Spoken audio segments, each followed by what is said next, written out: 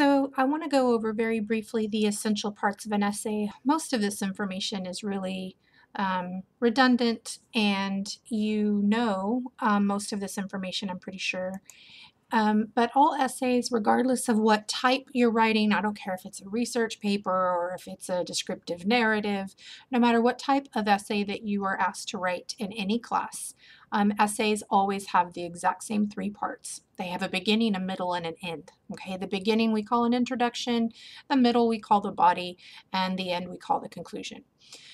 So really when I'm going over the points or the parts of an essay here, I want for you to really understand the job of each part of the essay. So the introduction is 1 paragraph in length. It is usually a shorter paragraph, between 3 and 5 sentences long.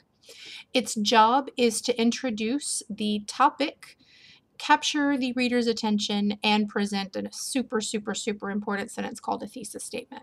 Okay, some mistakes I generally see with an introduction is sometimes students will try to summarize the points that they're about to make in their essay, and that's not the introduction's job. That's the job of the body paragraphs. So the introduction, don't think of it as a point where you're trying to summarize everything you're about to talk about in your essay. Instead, think of it as being a general introduction of the topic itself. Okay, the last sentence of your introduction is the perfect placement for the thesis statement. And the thesis statement is 1 sentence long, and it states the author, or in your case you, your topic and arguable point about that topic. Another way to think of a thesis statement is it's taking the topic of your essay and then adding what you hope to teach or prove in the process of writing your essay. Okay, that's what the thesis statement is. And you'll have 2 assignments in this module that go over thesis statements. So we'll talk more about those later. A body paragraph. Students always ask in freshman classes, they always ask me things like, well, how many body paragraphs do I need? No one can really tell you that because it's up to you how many body paragraphs you have.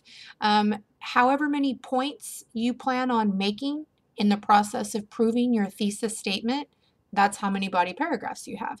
So if you have 4 main points that you want to talk about, you're going to have 4 body paragraphs. If you have 7 really important points, you're going to have 7 body paragraphs. Okay.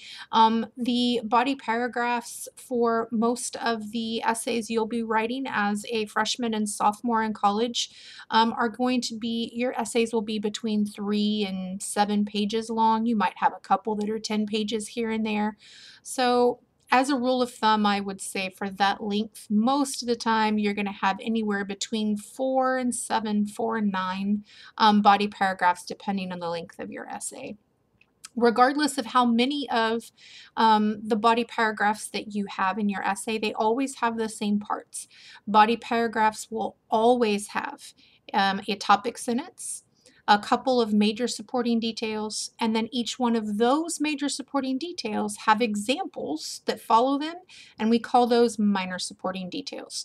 So I have a general breakdown here on your notes of what that looks like. So the organization of a body paragraph is generally a topic sentence, followed by a major supporting detail, followed by a minor supporting detail, and then you repeat that process as many times as you need for that body paragraph to be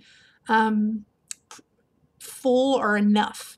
What I mean by enough is you remember you're trying to prove your thesis statement, right? How many supporting details do you need in that body paragraph for you to be convincing? That's what I mean by enough, okay? And then last, you have your conclusion. It's another shorter paragraph, just like the introduction. It's usually between 3 and 5 sentences long. Its job at a minimum is to summarize what points you made in your essay. So another way of thinking that is summarizing your thesis statement and topic sentences. So at a minimum, that's what the conclusion should do. However, if you are trying to, if you're writing about a topic that's controversial, or you're writing about a topic that you want to make some kind of impact upon, then your conclusion is also where you would try to drive that purpose home, whether it's call your reader to action, try to get your reader to make some kind of change, suggest a solution to a problem, all of anything like that, it happens in the conclusion. Okay, again, we're going to have multiple assignments in this module, all designed to cover these essay fundamental skills. So, for example, assignment 1 is over creating claims. That assignment, assignment 1, is going to have you practice the format for a body paragraph. So you're going to be practicing in assignment 1, you're going to be practicing creating topic sentences, and then following those topic sentences with strong supporting, major supporting details and minor supporting details. Assignment 2 is creating thesis statements. And then you'll have a thesis statement quiz, which is also over thesis statements. Assignment 3 is practicing making your thesis statement and topic sentences connect. Okay, and then assignment 4 is looking at, after you have written a paragraph, how do you logically and coherently put your paragraphs and the sentences within the paragraphs in the best order possible. Okay, so those are the assignments that you will have in this folder. If you have any more questions about each individual assignment, text or email me. Good luck.